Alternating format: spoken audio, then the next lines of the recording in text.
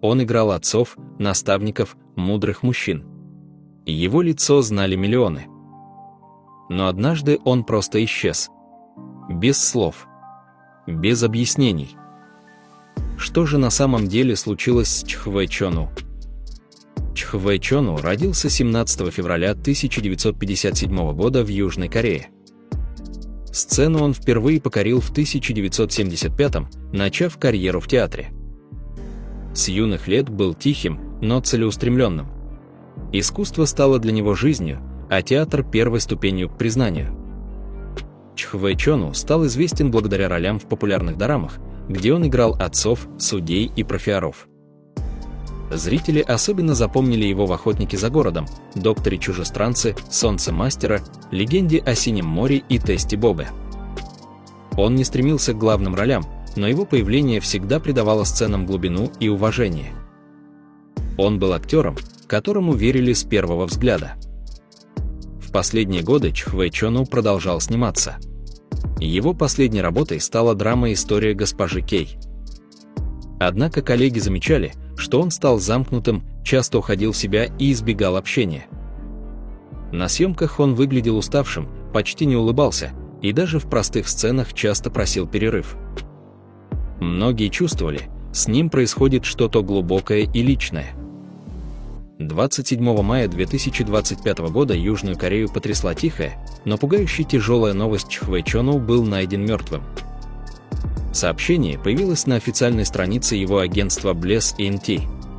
Там кратко указали дату смерти, выразили соболезнования, но не назвали причину. Ни слова о болезни, ни намека на подробности. Только тишина. По словам близких, тело было обнаружено у него дома. Обстановка в комнате была в порядке. На теле не было следов насилия, не было признаков сопротивления. Все выглядело слишком спокойно, как будто он просто закрыл глаза и ушел. Однако именно эта внешняя тишина и стала причиной тревоги у поклонников. Не было ощущения, что это случайная или естественная смерть. Что-то в этом казалось слишком упорядоченным, словно все было заранее продумано. Его имя не прозвучало в срочных новостях, как это бывает с другими известными актерами. Не было больших телевизионных репортажей. Не было срочных выпусков. Только одинокая публикация в сети. В комментариях под постами фанаты писали, что такое молчание невозможно, если речь идет о человеке, посвятившем более 50 лет корейскому искусству. Многие не могли поверить. Другие, наоборот, сразу почувствовали, он ушел не просто так. Некоторые даже утверждали, что за несколько дней до этого он неожиданно удалил все публикации со своей личной страницы.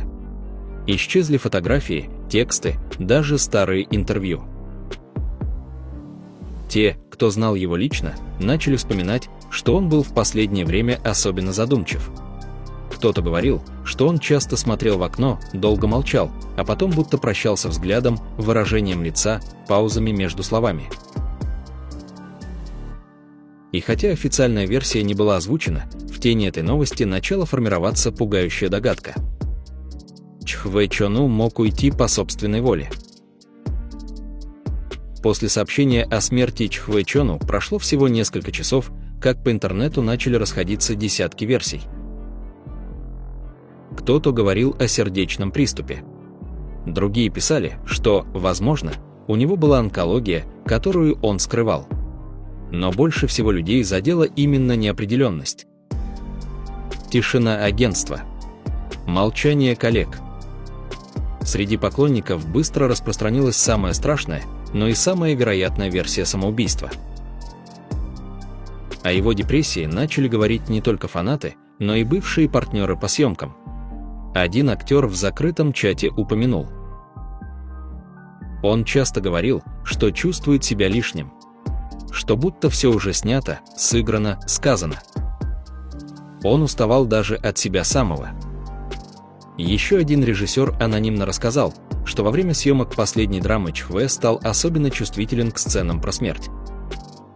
Однажды он отказался играть момент прощания отца с сыном.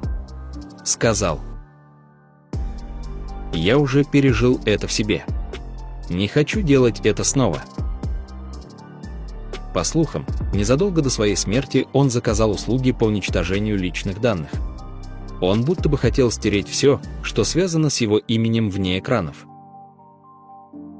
Фанаты нашли одну странную деталь. За 3 дня до своей гибели он пересматривал старую пьесу, с которой начинал карьеру.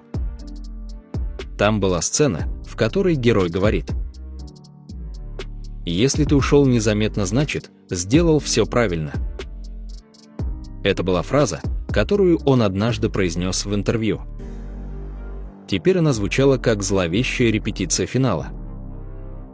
Все, кто его знал, признавали, в последние годы он будто исчезал внутри себя. Он все реже улыбался, стал тише, избегал встреч, не реагировал на поздравления, даже на день рождения. Но официального подтверждения версии о самоубийстве не было. И, возможно, никогда не будет. Некоторые считают, что актер просто хотел уйти в тишине, чтобы его запомнили не по заголовкам, а по ролям. Не по слухам, а по глазам тем, которые так много сказали зрителям за 5 десятилетий. Прощание с Чхве Чону прошло 29 мая в морге при больнице в Кимпа. Это была тихая, почти незаметная церемония. Без вспышек камер. Без речей. Только близкие, несколько коллег и вечное молчание. Его похоронили в Сувон-Йонхва-парке, месте, где много зелени, тени деревьев и прохладный ветер. Это был покой, который он, возможно, искал всю жизнь. На его могиле простая табличка. Имя, дата рождения, дата смерти. Ни громких надписей, ни эпитафий. И в этом была вся суть Чхве Чону. Он никогда не стремился к громкости. Он просто жил, играл и оставил в сердцах зрителей не след целую эпоху. Сотни фанатов по всей стране зажгли свечи в его честь.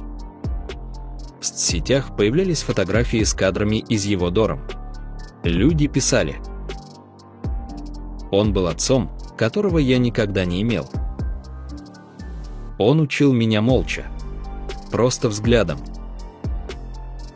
Я вырос с его голосом в комнате. Он стал символом той глубокой, не кричащей актерской школы, где каждое слово имеет вес, а пауза — смысл. Его уважали за честность, за труд, за то, что он никогда не играл, он просто был. Сейчас, когда его больше нет, остались его роли. И в каждой из них он продолжает говорить. Он уходит каждый раз, когда экран гаснет. Но возвращается, снова стоит лишь нажать «Воспроизвести».